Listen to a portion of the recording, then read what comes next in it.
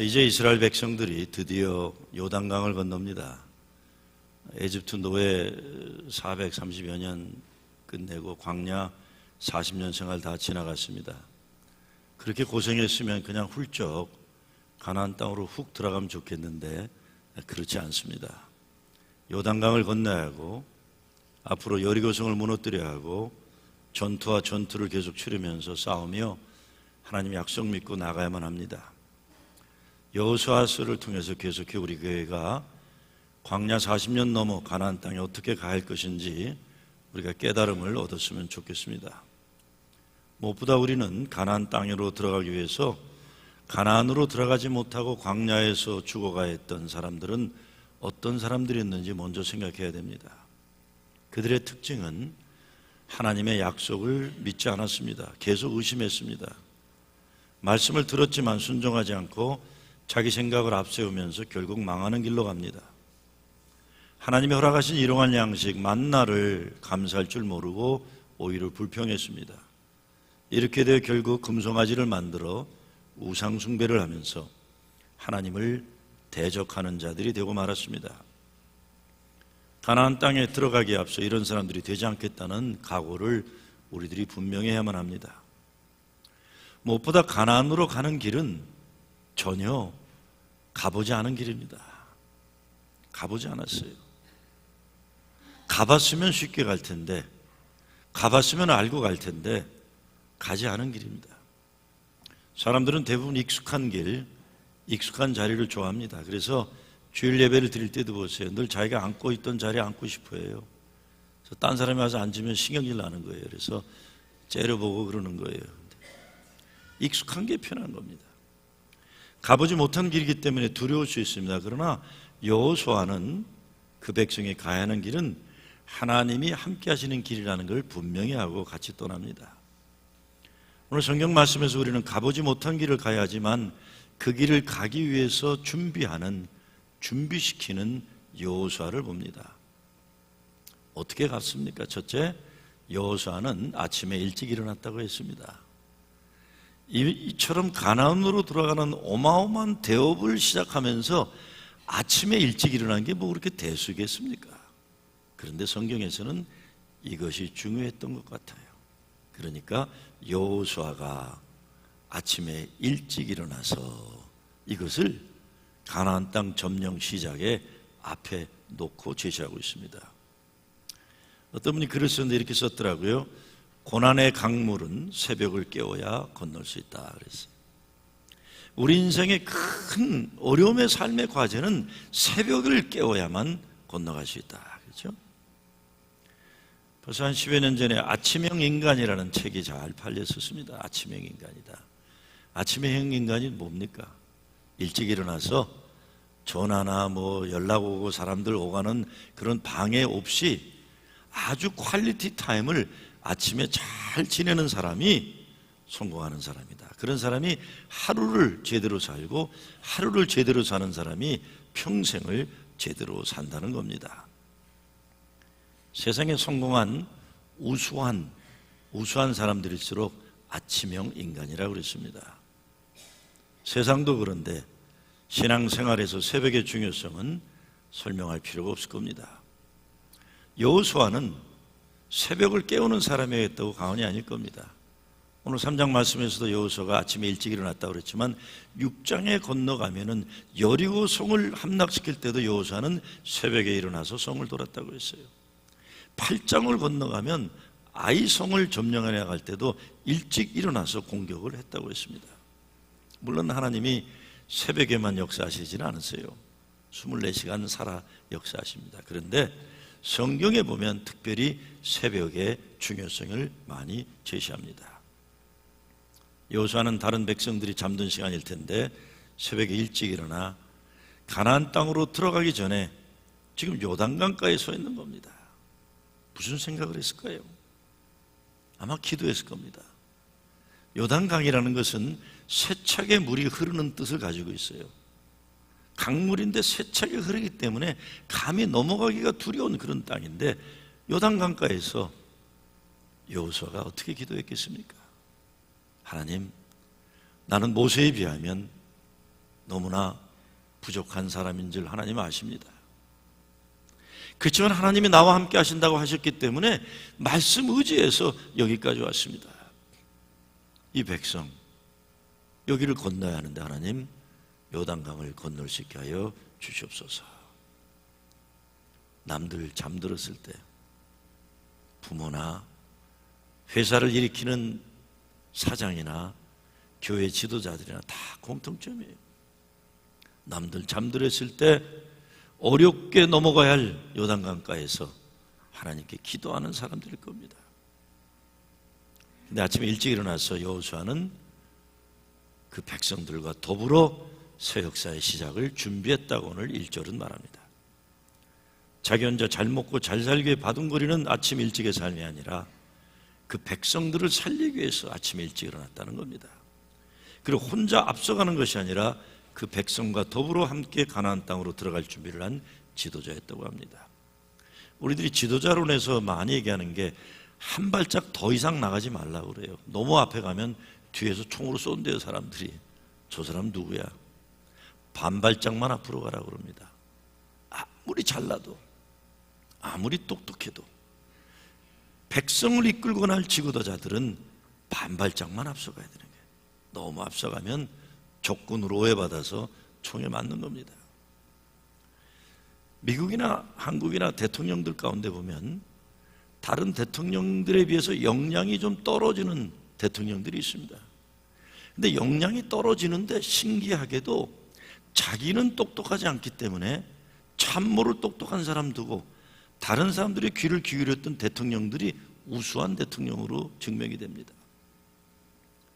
물론 빈익분 부익부의 나쁜 정책에 문제가 일으키긴 했지만 미국 역대 대통령 가운데 로널드 레건 대통령이 공화당이 제일 그리워하는 대통령이에요. 그 이유는 딴 거 아닙니다.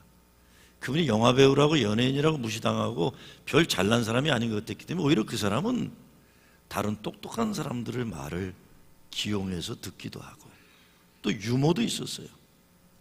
근데 여러분 여기 뭐 엘고 식구들 계시는 분 좀 죄송하지만 엘고가 대통령 선거에 떨어진 건 딴 게 아니라고 하잖아요. 조지 부시가 여러 면으로 모자라는데 엘고가 너무 잘난 체 하다가 특히 여성표를 잊어버렸다는 거예요. 여성들은 너무 잘난 체 하는 남자들을 안 좋아한다는 겁니다. 그게 무슨 말입니까? 더불어 갈 줄 아는 사람들이 지도자가 된다는 겁니다. 두 번째, 하나님만 바라보고 강을 건넙니다. 4절에 보면 언약궤를 메고 가는 제사장들을 2000규빗쯤 떨어져서 따라가라. 한 900m 떨어져 따라가라. 그리고 요단강을 건널 때 제일 먼저 제사장들이 하나님의 언약궤를 어깨에 메고 요단강물에 들어가라고 했습니다. 언약궤는 하나님의 임재의 상징이죠.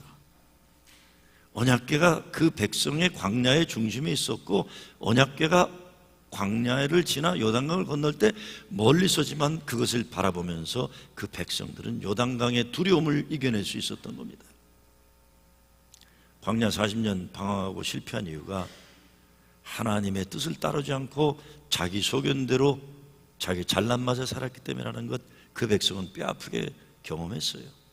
그래서 가나안 땅 들어가기 앞서 요단강을 건널 때 하나님의 임재의 상징인 언약궤를 바라보며 간 겁니다. 무엇보다도 제사장들이 하나님 말씀에 순종해서 언약궤를 메고 요단강에 발을 들여놓자 요단 강물이 멈추었다고 했습니다. 멈췄어요. 요단강은요, 이스라엘 백성이 제일 두려워하는 게 물입니다. 그래서 바다를 두려워하고 호수를 두려워하고 강을 두려워해. 미지의, 아직 모르는 미지의 두려움이기 때문에 그래요. 그런데 하나님 말씀에 순종한 지도자들이 있었고 그들이 앞서 메고 가는 하나님 임재의 상징인 언약궤를 바라봄으로 이스라엘 백성은 요단강을 건넜습니다. 우리 인생에 어떤 두려움과 시련과 어려움이 있어도 하나님의 약속 믿고 하나님의 앞서가시는 증거를 바라보고 건너는 겁니다. 우리가 무엇을 바라보느냐가 우리 인생의 내용을 결정합니다. 문제를 바라보느냐 아니면 문제를 넘어서 있는 하나님의 약속을 바라보느냐 하는 거예요. 믿음으로 바라보느냐 의심으로 불신으로 바라보느냐가 그 삶의 내용을 결정하는 겁니다. 우리 인생길 요단강을 건널 때 세차게 흐르는 강물을 바라보거나 물속을 들여다보면 빠져 떠내려갑니다. 언약궤를 바라보면, 하나님을 바라보면 건널 수 있는 겁니다. 사람도 너무 바라보지 말아야 됩니다. 문제도 너무 오래 집착하지 말아야 됩니다. 그럼 문제가 우리를 잡아먹어요. 어떤 해석에 보게 되면 오늘 제사장들을 멀리서 바라보러 한 거는 목사들도 너무 가까이 하지 말라는 그런 거 있죠. 너무 가까이 하지 마라 그러면 타 죽는다 뭐 이런 거 있어요. 목사에게 너무 가까이 하지 말아라. 불원군, 불원 뭐 그런 거 있잖아요. 너무 떨어져도 안 되고 너무 가까워지도 안 되고 뭐 맞는 말 같아요. 목사 너무 가까이 있으면 좋을 거 아무것도 없습니다. 저는 사택에 있으니까 제일 힘든 게 부부싸움 하기가 쉽지가 않아요. 목사요, 가까이 보면 시험 당하는 일이 많습니다. 시험 당하는 일이 많아요. 뭐 그런 해석도 I think it's okay. 여하튼 여호수아는 계속 제사장을 보고 따르라 명령하는데 따라가는데 제사장 얼굴 보지 말고 언약궤를 보라는 거예요. 이 목사들에 대해서도 사람들 그 목사가 키가 크다, 잘생겼다, 못생겼다, 눈이 크더라, 뭐 우리 새로운 목사 눈이 작더라, 뭐 이런 게 너무 관심이 많아요. 그런 거 관심 가지지 말라는 거예요. 얼마 전에 어느 교인이 저를 어느 영화배우와 닮았다고 하더라고요. 그래서 장동건하고 닮았냐 그랬더니 아니라고 그러더라고요. 누구하고 닮았냐 그랬더니 이 자리에 있는 것 같은데 제가 최민수하고 닮았대요. 생긴 게 닮은 게 아니라 하는 짓이 닮았대요. 최민수는 이 카리스마로 한몫 보는 거거든요. 저희 카리스마로 이렇게 눈에 힘주고 목회한다. 근데 전 기분 좋더라고요. 제가 최민수 좋아하니까요. 최민수는 잘생긴 배우가 아닙니다. 오토바이 탁 타고 이렇게 멋있는 사나이인데 좋아요. 외모를 보지 않고 중심을 보는 거예요. 중심을 보는 거예요. 그리고 9절 말씀에 보면 여호수아는 이스라엘 백성들에게 하나님 말씀 잘 들으라고 가르칩니다. 무엇보다 이스라엘 백성들은 지도자의 말을 잘 경청하죠. 오늘 말씀에도 보면 여호수아가 유사들에게 얘기하고 유사들은 백성들에게 얘기하고 백성들은 지도자의 말에 경청했다. 안 되는 집안, 안 되는 교회의 대표적인 건 나라도 마찬가지입니다. 지도자가 아무리 얘기해도 아무도 안 믿는 거예요. 또 지도자가 정확하게 자기의 커뮤니케이션을 못하는 교회나 가정이나 나라는 잘 될 수가 없어요. 그런데 광야를 살아가면서 모세의 말에 불순종했다가 그 백성이 망한 걸 봤기 때문에 가나안 땅으로 가기 전에 요단강에서 지도자의 말에 순종하는 훈련을 분명히 하고 있는 겁니다. 세 번째, 기적에 앞서 하나님은 이스라엘 백성들에게 성결하라고 말씀합니다. 너희는 스스로 성결하라. 전투를 앞두거나 큰 역사를 앞두면 총칼을 가져야 돼요. 전열을 다져야 되는데 개인들이 거룩함을, 성결함을 우선으로 내놓고 있습니다. 왜?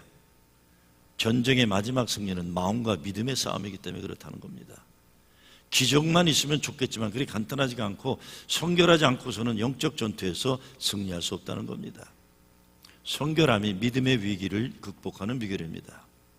여러분, 우리들의 앞에 놓여있는 어려운 요단강 앞에서 우리 자신들을 잘 점검하고 성결로 재무장해야 됩니다.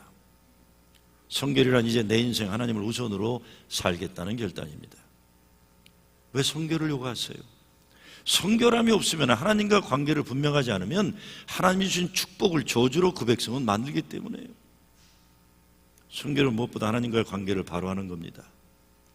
여리고 성도 무너뜨려야 하고 수많은 적군들과 싸워야 하는데 그 모든 것에 앞서 그 모든 전술과 전략에 앞서서 성결해야 한다는 하나님 명령입니다. 근데 여러분, 성결함은 구체적으로 나쁜 습관을 버리는 겁니다. 뭐 담배 피는 것, 술 많이 마시는 것, 뭐 그런 것만이 나쁜 습관이 아니에요. 가정에서도 교회에서도 새로운 역사를 위해서는 나쁜 습관들을 과감하게 버려야 됩니다. 이걸 성경에서는 육신의 정욕이요, 안목의 정욕이요, 이생의 자랑이라고 했습니다. 여러분, 우리 교회 프로싱 제일교회도 오랜 세월 버리지 못하는 나쁜 습관들, 관행들이 있을 겁니다. 버려야 됩니다, 여러분. 무엇보다요, 잘 들으세요. 기득권자들이 자기들에게 유리한 관행, 문화, 습관 다 버려야 됩니다. 기득권자들이 누굽니까? 여러분, 세상에서 유일하게 자기 자신만을 위해 존재하지 않고 타자를 위해 존재하는 것은 교회입니다. 그 때문에 교회에서는 자기 것 먼저 챙기는 기득권 다 포기해야 됩니다, 여러분. 그럼 누구를 위해 존재해야 됩니까? 교회를 처음 방문하는 분들, 초신자들, 앞으로 우리 교회와 전도 대상자들, 이 필요에 관심이 집중돼야지 자기 자신들의 편리와 이익에 집중되면 그런 교회는 잘 되기 어렵습니다. 어제 목회 스태프에서도 그랬어요. 젊은 사람들부터라도 교회 파킹장 편한 자리 선호하는 버릇 고치라고 했어요. 저는 오해하고 듣지 마십시오. 저는 목회하면서 담임 목사 전용 파킹장 가져본 적이 없습니다. 항상 멀리 파킹하고 걸어왔어요. 월요일날 교회 가서 아무도 없어도 일부러 가까이 파킹 안 합니다. 전 일부러 장애인석이나 아무도 없어도, 주일날, 월요일날 아무도 없어도 노약자석에 놓잖아요. 왜? 내 습관을, 편한 습관을 없애기 위해서 그런 겁니다. 교회 지도자들은 불편한 습관을 익숙하게 해야 돼요. 왜? 다른 사람들이 편리하기 위해서 우리 스스로가 우리의 편리한 것을 내놔야 되는 겁니다. 전 지금도 재미나는 게 아틀란타 한인교회 앞에 가면 시니어 파킹이 있어요. 시니어 온이. 그러면 재미난 거는 고등학교 애들이 거기 파킹을 해요. 야 이놈아, 너 여기 왜 파킹하냐? 시니어인데요 나요? 그래 자기 시니어. 아이고 미치죠. 아마 애들이 그랬을 거예요. 자기 시니어니까 교회에서 특혜를 주나 보다. 아니에요. 아닙니다. 제가 1997년도에 아틀란타 한인교회에서 제일 먼저 한 게 담임 목사와 원로 목사와 독상 받는 자리를 없애버렸어요. 교인들이 먹는 음식이 아니라 원로 목사와 저를 위해서 여성교회가 각별히 준비하는데, 그러면 누가 안 쓰는 게 옆에 장로들이 앉아요. 그럼 부목들도 앉아요. 완전히 그 특권층 테이블이에요. 제가 나도 다른 교인들과 함께 친교 시간에 서서 줄 서서 먹겠다고 해가지고 구테타가 시작됐어요. 왜? 특권층들이 불안해지기 시작한 거예요. 저 새로운 목사 때문에 우리의 특권이 없어지겠구나. 고쳐야 됩니다. 고쳐야 돼요. 교회에서 그러는 거 아닙니다. 이런 문제가 제일 많은 것이 부엌이에요. 부엌에 보면요, 음식을 남을 정도로 항상 많이 만들어요. 그리고 많이 남으면요, 제가 그렇게 부탁을 해도 말을 안 들었어요. 어렵게 사는 사람들이나 혼자 와 있는 유학생들이나 그런 사람들에게 주라 그러면 절대로 듣지 않아요. 자기 가까운 사람들, 자기 구역 사람들, 자기하고 친한 부목사 애들 데려다가 미게. 그런 부목은 내가 당장 잘라버립니다. 교인들에게 특권을 누리려고 하는 부목들은 제가 같이 일할 수가 없어요. 아이고, 교회는요, 개인이나 집단 이기주의가 앞서면 절대로 안 됩니다. 그리고 이제 우리가 가나안 땅 넘어가기 때문에 말씀드리지만 주일날은요, 예배에 집중해야 됩니다, 여러분. 근데 주일날은요, 먹고 마시는 거에 너무 집중들 하세요. 그러지 마세요. 정 배고프면 집에 가서 드세요, 여러분들이요. 집에 가서 드세요. 여러분, 토요일날부터 주일날 내가 누구를 전도할 것인가, 내가 누구를 신방할 것인가, 누구를 위해 기도하실 것인가, 우리 마음에 차야 되는데 주일날 얼마나 잘 먹을 것인가 잘 생각해 보세요. 특히 성가대원들 생각해 보세요. 적당히들 드세요, 여러분들. 적당히. 제가 받은 정보가 많아요.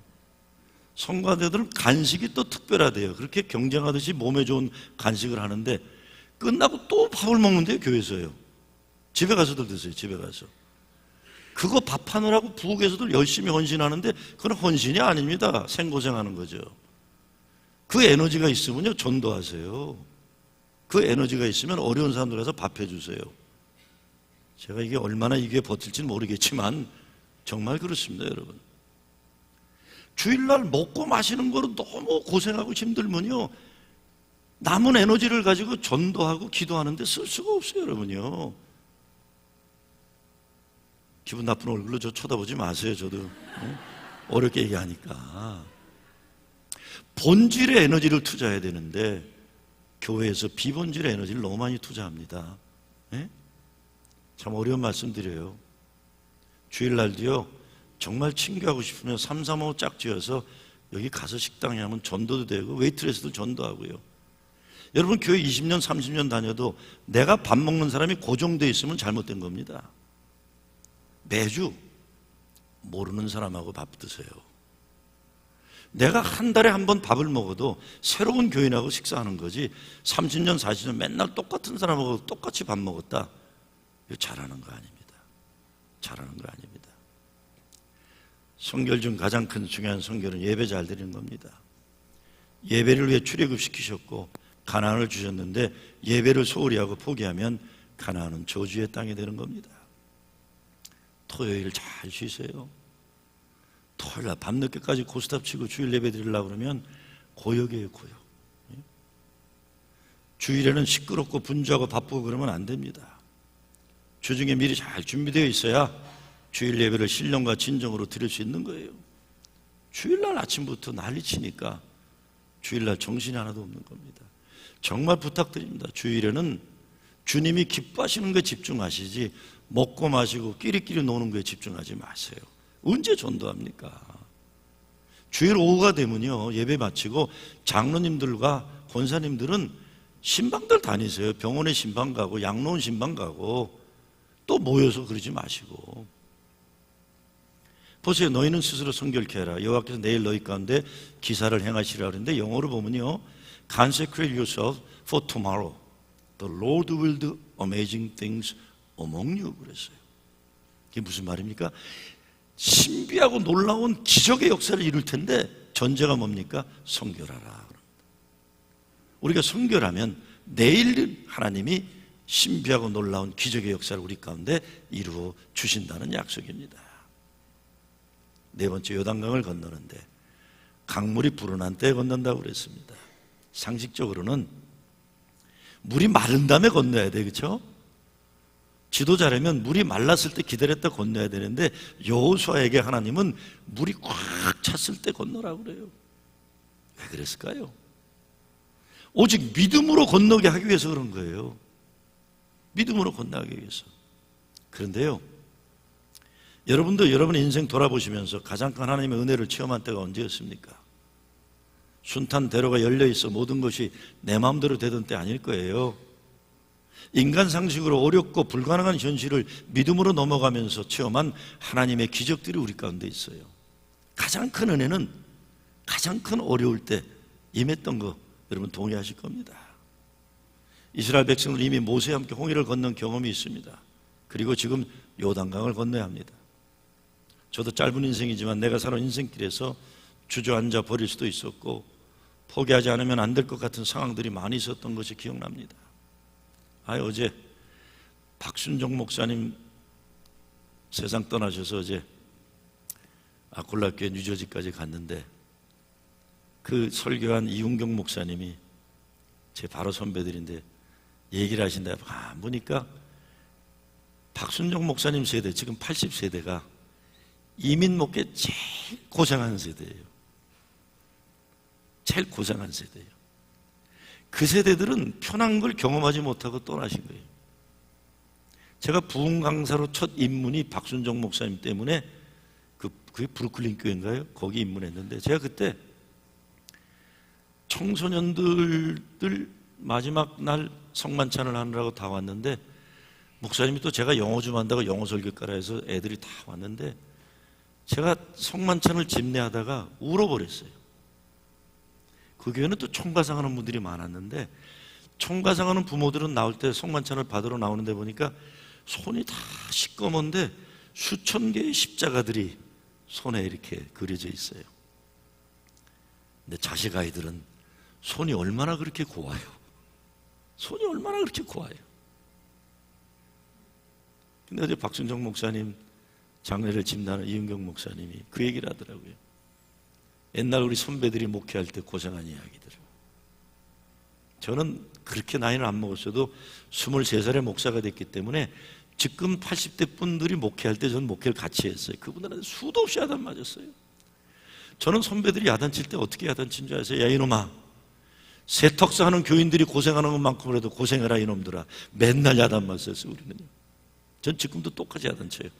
젊은 사람들한테 세탁소 하는 교인들이 고생한 만큼 고생해라 이놈들아. 저도 그래요. 우리 앞선 세대들이 다 그 고생을 하면서 그랬는데, 제 개인적인 생각입니다.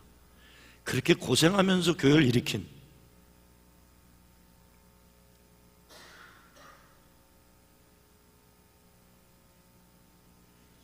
우리 선배 어른들을 보면 믿음이 쓸데없는 게 관심 없고 정말 믿음으로만 교회를 지키려고 했던 것 저는 기억합니다.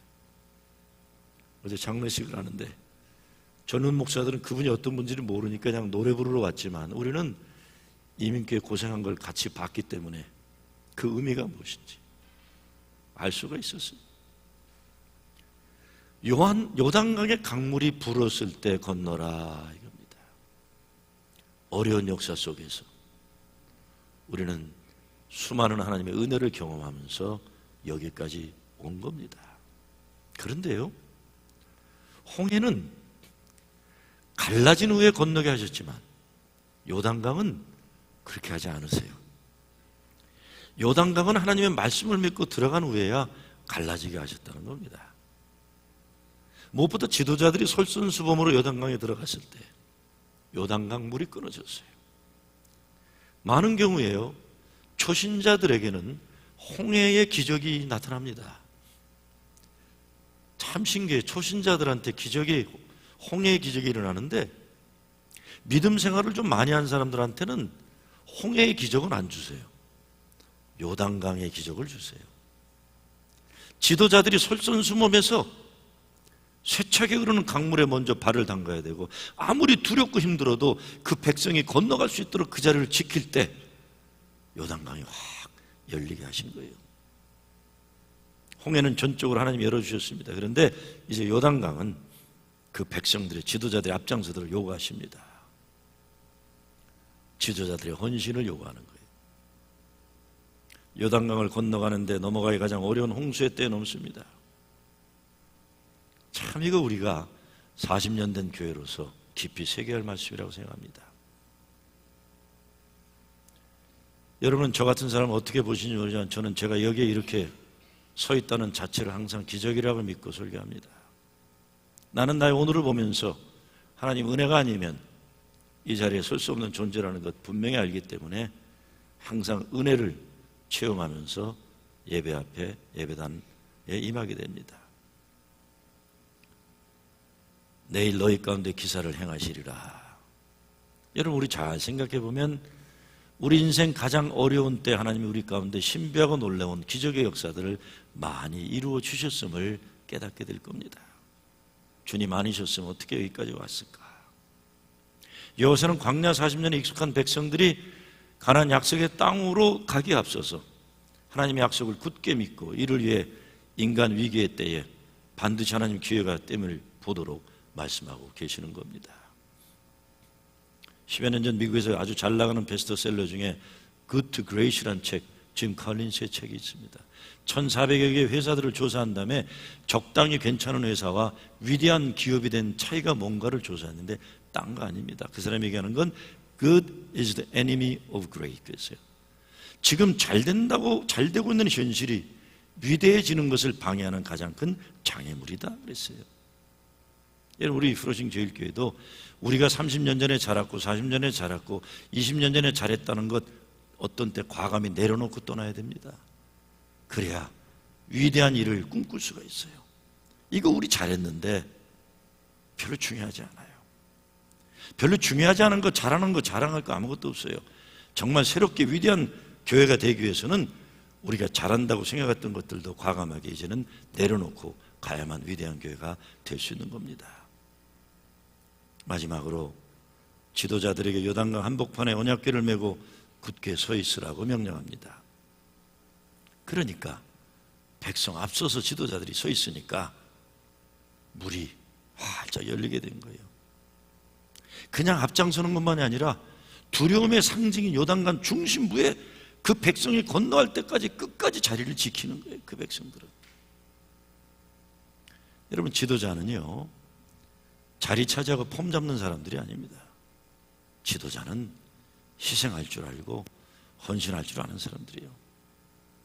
전 예배당을 건축하는 어려운 목회를 해보면서 많이 경험한 것 가운데 하나님의 기적도 경험했지만 사람들을 많이 볼 수 있게 됐어요. 경험적으로.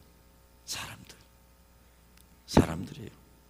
아이고, 건축만 시작되면 멀쩡한 사람들도 불평불만하다가 교회를 떠나고, 말도 안 되는 소리 만들어 갖고 교회에 떠나는 걸 정당화해서 떠나고, 그런 게 너무나 많이 봤어요. 교회가 어렵고 힘들 때 함께 자리를 지켜주는 분들이 계신가 하면, 교회가 어렵고 힘들면 휴가 떠나는 사람들이 많아요. 참 섭섭하죠. 섭섭해요. 그런데 고난의 역사를 함께 살아온 분들이요. 제가 떠난 교회 자랑드려서 죄송하지만 아틀란타 한인교회 장로님들이나 교인들은 웬만해서 안 싸워요. 왠지 아세요? 어떻게 어려운 길을 함께 왔는데 700만 불, 첫 700만 불은 IMF 터지고 했고요. 두 번째 700만 불 새 예배당 건축은 미국 경제 침체 이후로 시작해요. 하나님의 도우심이 안 있으면 절대 불가능했던 걸 알기 때문에 누구도 잘난 체하고 누구도 자랑하지 않아요. 아무리 어렵고 힘든 일이 있어도 우리가 어떻게 여기를 왔는데, 그리고 서로 품어주는 거예요. 여러분, 제가 감히 말씀드리지만 연합감리교에 있는 한인교회들의 문제가 뭔지 아세요? 여러분, 플러싱 제1교회도 잘 생각하셔야 됩니다.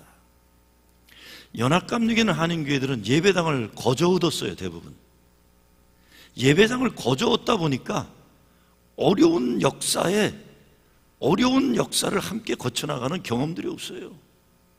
공짜로 받으니까요. 그런데요, 그거 아셔야 됩니다. 교회들도 어려운 역사를 기도하면서 눈물로 함께 지켜온 사람들 때문에 교회는 앞으로 나가시는 거예요. 저는 제 건축의 경험을 통해서 건축은 건물이 세워지는 게 아니라 하나님의 사람들이 세워진다는 걸 확실히 믿어요. 전 연합감리교 앞으로 정말 제대로 한국 교회들이 부흥하려면 공짜 좋아하는 거 없어져야 돼요. 교회는 아프도록 헌금하는 사람들을 통해서 교회는 발전해 나갈 수 있게 되는 겁니다. 요단강을 건너야 하는 어렵고 시급한 상황에서 함께 하나님의 언약궤를 같이 지고 요단강 한복판에 끝까지 서 있는 지도자들을 보면 생각만 해도 감동이에요. 여러분, 우리 플러싱 제일교회 장로님들이, 권사님들이 가장 어려운 역사 속에 요단강 중심에 흔들리지 않고 같이 서 있는, 그래서 온 교인들이 건너갈 때까지 그 자리를 지켜줬다고 생각해 보세요.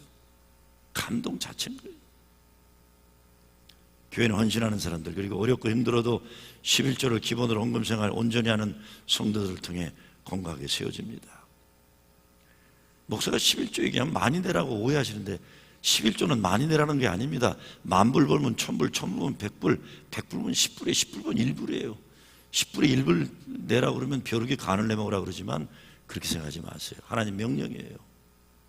요단강을 건너가는 첫 시작이 어려운 것처럼 11조가 관건입니다. 이걸 넘어서야만 신비하고 놀라운 하나님의 기적의 역사를 볼 수 있는 그 다음 단계로 갈 수 있습니다. 우리 연합감리교회 감리교회 가장 큰 어른 가운데 차연의 목사님이라고 계세요. 지금 80 후반기세요. 20살 연하와 재혼하셔서 좀 잘 살고 계시는데, 그 어른이 그 사명자하고 우리 사명자하고 같은 친구이기 때문에 아들 자랑을 많이 해요.